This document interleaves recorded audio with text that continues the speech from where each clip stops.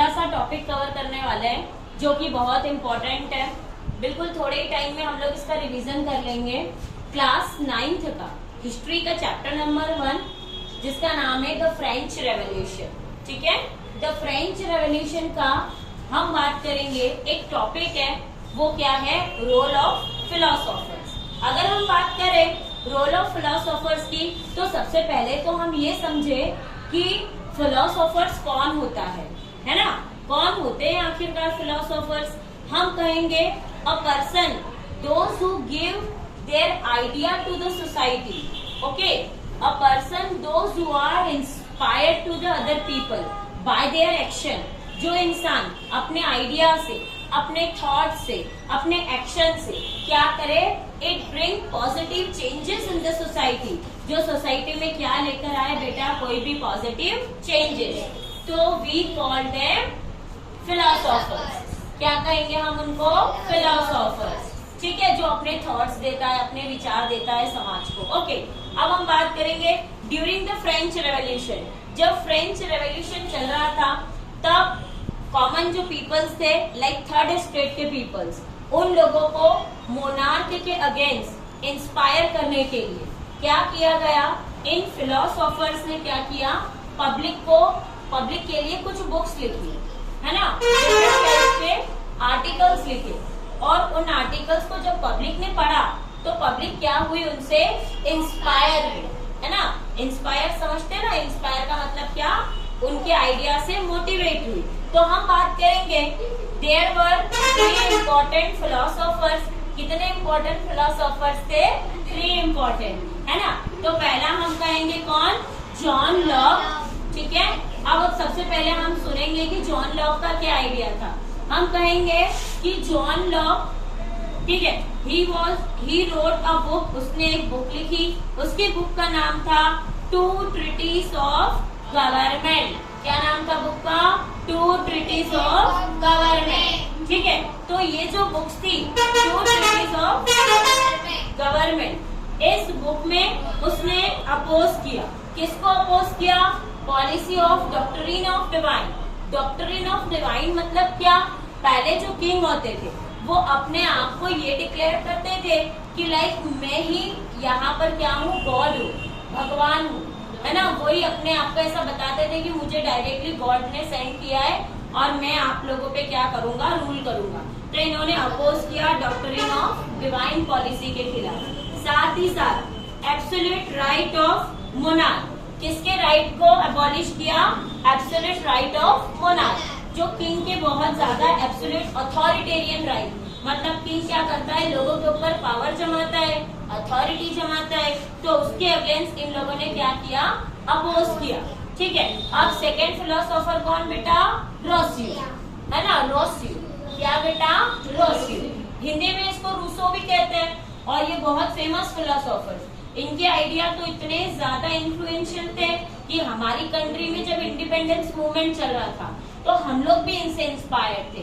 अब रोसियो की जो बुक थी बेटा, उसका नाम था द सोशल कॉन्ट्रैक्ट। बुक का नाम क्या था, द सोशल कॉन्ट्रैक्ट। अब ये जो बुक थी सोशल कॉन्ट्रैक्ट, इस बुक में, है ना, हम लिखेंगे he propose idea of form of the government based on social contract. उन्होंने क्या कहा कि गवर्नमेंट कैसी बननी चाहिए, गवर्नमेंट एक कॉन्ट्रैक्ट के बेसिस पे बनना चाहिए।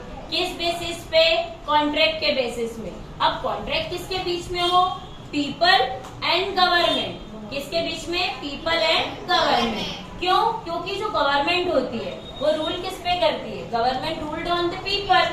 Okay, so there should be contract between government and people. हम कहेंगे government is known as representative. Representative क्यों, बिकॉज हमने उनको अपने बिहाफ में क्या किया है, इलेक्ट किया है। तो उनका ये कहना था गवर्नमेंट इलेक्शन से आना चाहिए और इनके बीच में क्या होना चाहिए, कॉन्ट्रैक्ट होना चाहिए। Third philosophers are Montesquieu. कौन सा फिलोसोफर्स बेटा, मोंटेस्क्यू। अब हम मोंटेस्क्यू की बात करें तो उसकी बुक का नाम क्या, the spirit of the laws. Spirit का मतलब क्या, आत्मा, है ना, कानून की आत्मा, the spirit of the laws.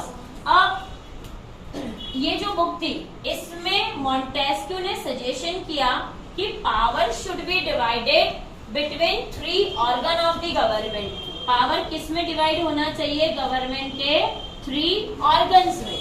अब वो 3 ऑर्गन्स कौन से? पहला ऑर्गन है बेटा लेजिस्लेचर। कौन? लेजिस्लेचर। अब हम कहेंगे what is the work of legislature? हम कहेंगे legislature are responsible for making the laws. ठीक है, किसी भी कंट्री में, सारी कंट्री में, हमारे यहाँ पे भी even legislature are responsible for making the law. ये ऑर्गेनाइजेशन क्या बनाता है बेटा? लॉज बनाता है। It form the laws. After that second organ is executive. Second organ is executive. हम कहेंगे executive enforce the law. Executive क्या करता है बेटा? Enforce the law. इन्फोर्स मतलब जो लॉ लेजिस्लेचर ने बना दिए, अब ये क्या करेगा? उनको इन्फोर्स करवाएगा, लोगों को फॉलो करवाएगा, लागू करवाएगा, है ना। अब हम कहेंगे those who are breaking the law. अगर किसी ने लॉ ब्रेक कर दिए तो जुडिशरी विल पनिश देम। उसको तीसरा ऑर्गन क्या करेगा बेटा? पनिश करेगा। जुडिशरी इन हिंदी में कॉल इट द न्यायपालिका। हिंदी में क्या कहते हैं इसको? न्यायपालिका। तो जुडिशरी इंटरप्रेट द लॉज, मतलब जब हमको रिक्वायरमेंट होती है, जब हमको जरूरत होती है, अगर कोई हमारे अगेंस्ट कोई भी क्राइम होता है या हम जानना चाहते हैं कि भैया हमारी इस चीज के लिए कौन सा लॉ है जो हमको प्रोटेक्ट करेगा, तो हमको क्या करना पड़ता है? किसकी हेल्प लेते हैं हम लोग? जुडिशरी की। या हम कहेंगे it give justice to the people, है ना। हम क्या कहेंगे? It give justice to the people. ये ऑर्गेनाइजेशन क्या करता है? पीपल को जस्टिस देता है। जस्टिस का मतलब होता है न्याय देता है। ठीक है, आई होप आप लोगों को बहुत ही कम टाइम में ये तीनों फिलोसोफर्स के आइडिया समझ में आए होंगे। ये जो आइडियाज है तीनों फिलोसोफर्स के, ये आप लोगों के एग्जाम के पॉइंट ऑफ व्यू से बहुत इंपॉर्टेंट है। आपको एग्जाम में फिलोसोफर्स का मीनिंग, आपको एग्जाम में 3 फिलोसोफर्स के नेम, उनकी पर्टिकुलर बुक्स और उनके आइडियाज, ये आपको पूछे जा सकते हैं, है ना। ठीक है, तो ये आज की क्लास में हमने इतना टॉपिक कवर किया।